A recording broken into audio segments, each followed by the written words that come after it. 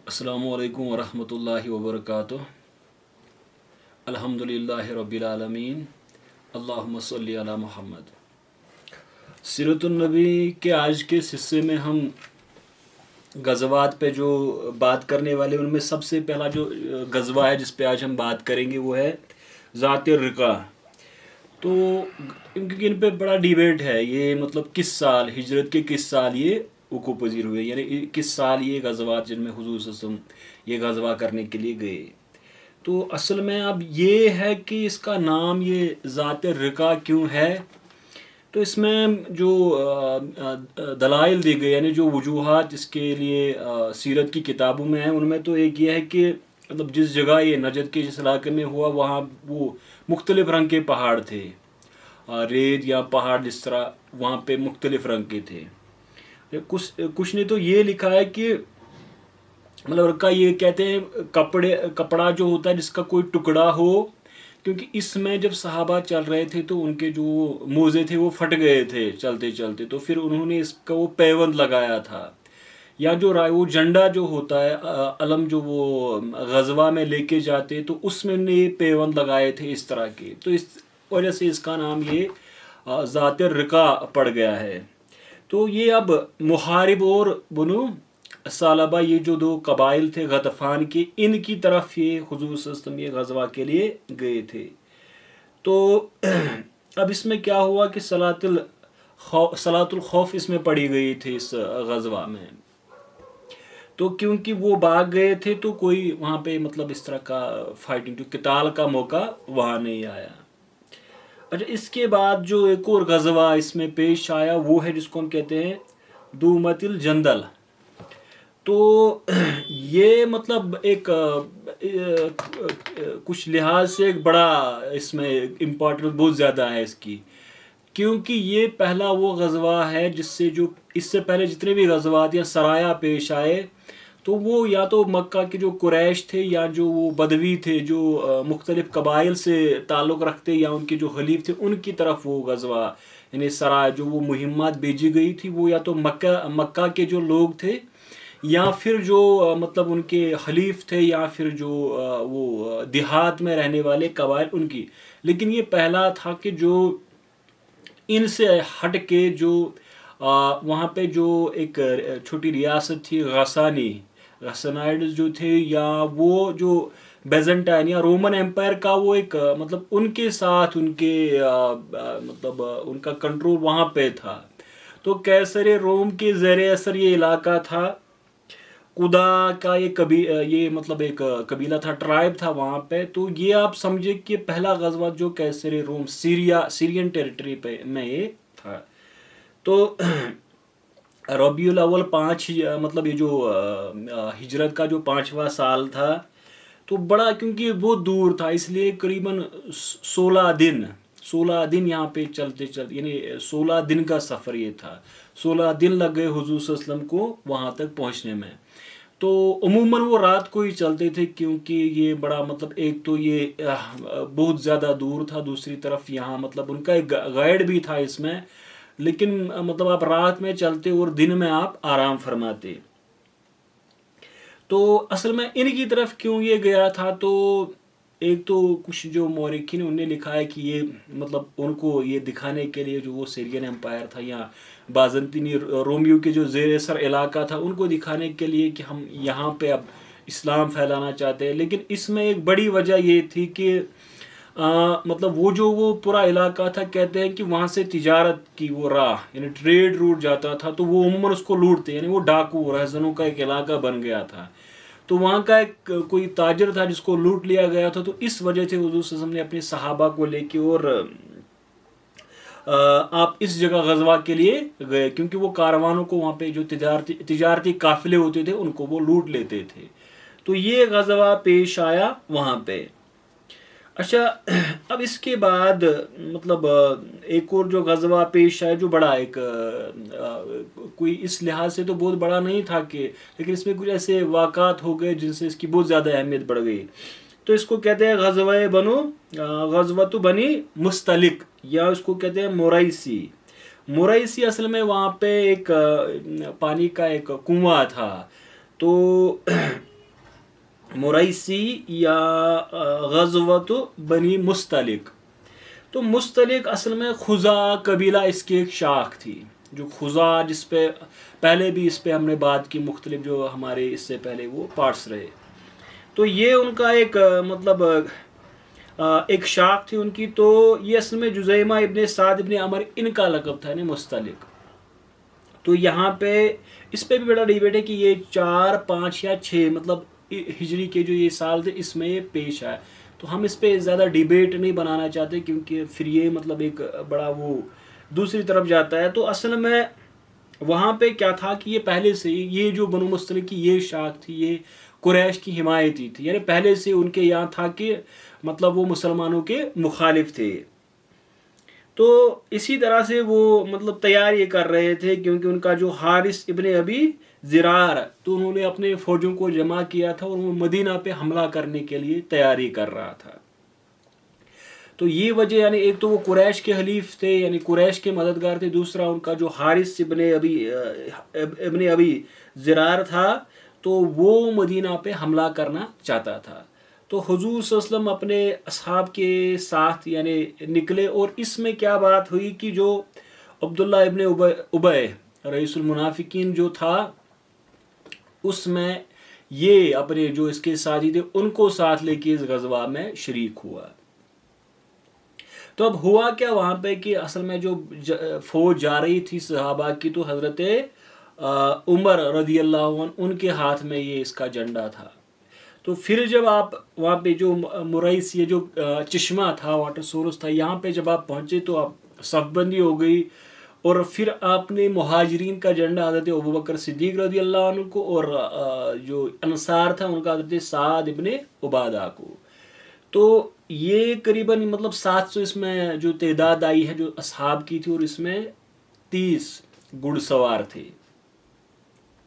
तो इनको इससे पहले भी मतलब इस्लाम की दावत दी गई थी। तो अब इसमें क्या हुआ कि मतलब जब लड़ाई छिड़ गई तो इनके 10 आदमी मारे गए, और जो मुसलमानों की तरफ से जो शहीद हुआ वो सिर्फ एक, और वो भी गलतफहमी में मुसलमानों की वजह से अपना एक आदमी उनका शहीद हुआ।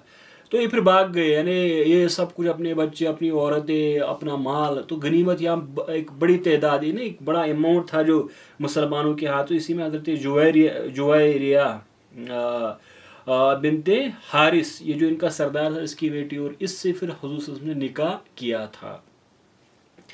तो ये उम्मुल मोमिनीन मतलब इसका लक़ब बाद में पड़ गया। तो अब इसमें क्या था कि एक वार कोड या मंसूर अमित अमित, ये इनका वार कोड था। लेकिन जंग जैसे ही शुरू हो गई ये सारे लोग भाग गए, तो मुसलमानों की इसमें फतह हो गई। तो अब वहाँ पे मुसलमान ठहरे हुए थे इस जगह पे, ये जो चश्मा था मुरैसी का। तो यहाँ पे क्या था कि 2 आदमी थे, वो पानी निकाल रहे थे इस चश्मे में।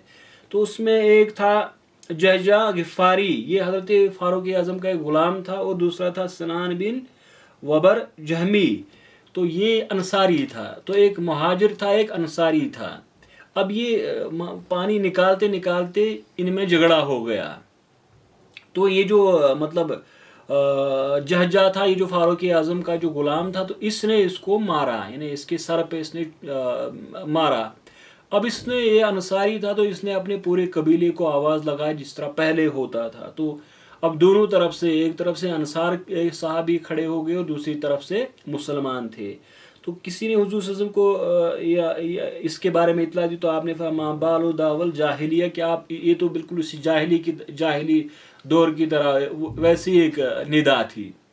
अब यहाँ पे मामला रफा दफा, यानी हुजूर सल्लल्लाहु अलैहि वसल्लम जब बीच में आ गए तो बिल्कुल अंसार और मुहाजिरीन ये बिल्कुल अब फिर से इनके बीच में अमन हुआ, यानी अब वो कोई जंग की नौबत नहीं पहुंची वहाँ पे। लेकिन क्योंकि वहाँ पे ये जो थे अब्दुल्ला इब्ने उबय, तो ये तो पहले से मतलब इनकी जो साजिशें थी वो किसी से छुपी हुई नहीं थी। तो इन्होंने अब इसमें कोशिश की कि इसको एक बहुत बड़ा फितना बनाने की कोशिश की। तो अब्दुल्ला इब्ने उबय ने पहले उनको कहा कि ये लोग तो बाहर से आए थे, हमने इनको सर पे बिठा दिया, अब वो हम ही को मारना चाहते हैं।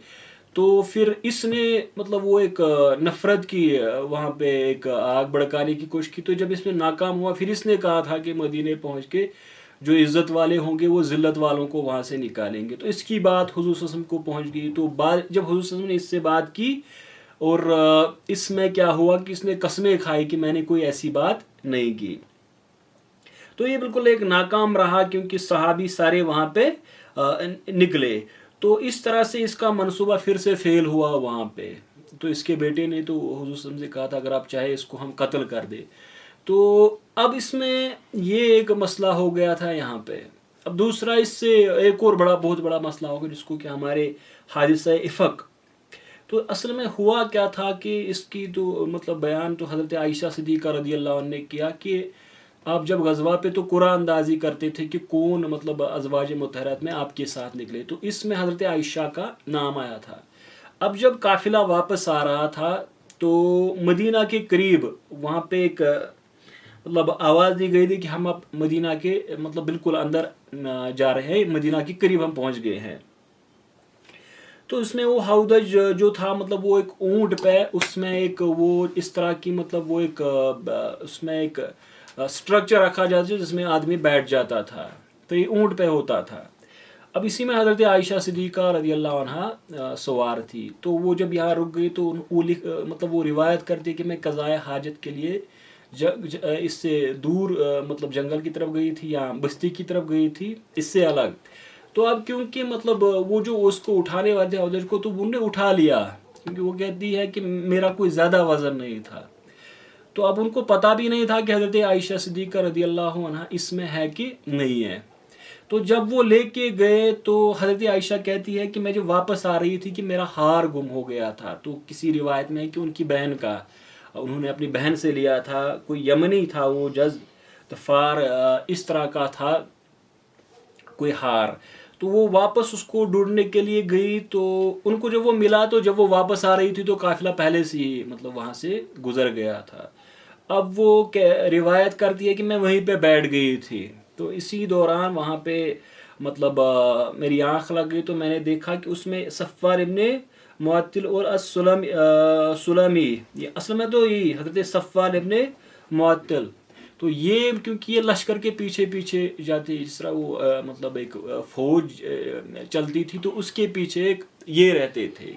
تو مطلب اس میں تو بڑی حکمتیں ہوں گی کہ کیوں جاتے. تو ہم سمجھتے ہیں کہ یہ شاید وہ جو ایک جاسوسی کے لیے یا کہ کوئی چیز رہ گئی. تو انہوں نے جب حضرت عائشہ صدیقہ رضی اللہ عنہ کو دیکھا تو انہوں نے بس اس میں تو یہ ہے کہ وہ صرف یہی پڑھتے رہے انا للہ و انا الیہ راجعون. تو پھر وہ ان کو لے کے آئے. جب صبح وہ وہاں پہ پہنچ گئے تو اس میں یہ جو عبداللہ ابن ابی وغیرہ انہوں نے اس پہ بڑا ایک مطلب طوفان وہاں پہ مچا دیا اور ان پہ تہمت لگا دی حضرت. اسی لیے اس کو افق کہتے ہیں کیونکہ ایک بہت بڑا عظیم بہتان ان کی عصمت پہ لگایا گیا تھا.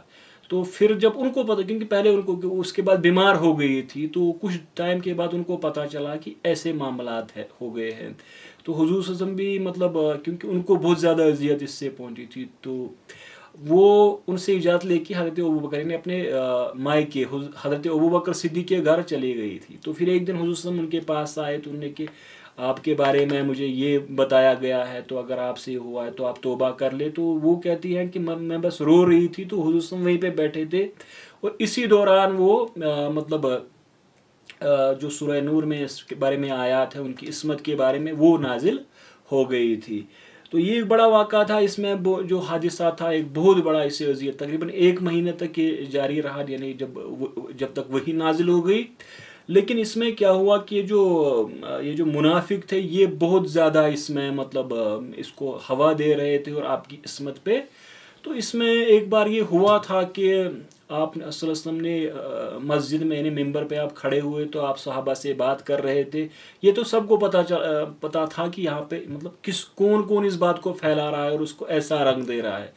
تو یہاں پہ خزرج اور اوس کے 2 قبیلے تھے. تو پھر حضرت سعد بن معاذ اور سعد بن عبادہ ان کے بیچ میں بھی اس پہ جھگڑا تقریباً ہونے ہی والا تھا جب حضور صلی اللہ علیہ وسلم نے اس میں درمیان داری یعنی ان کو روک دیا.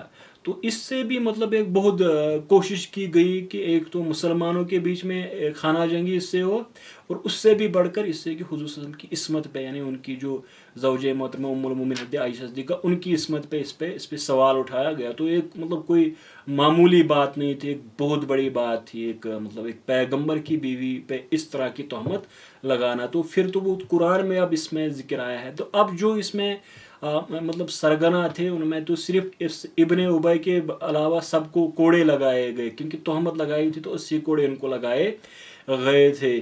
تو یہ بھی ایک اس میں مطلب ایک بڑا واقعہ پیش آیا، ایک حادثہ پیش آیا جس کو حادثہ افق کتابوں میں لکھا گیا ہے. تو انشاءاللہ تعالی ہم اگلے پارٹ میں ہم غزوہ خندق اس پہ بات کریں گے. آج ہم اسی پہ اس کو کنکلوڈ کرتے ہیں. وآخر دعوانا الحمدللہ رب العالمین. والسلام علیکم ورحمۃ اللہ.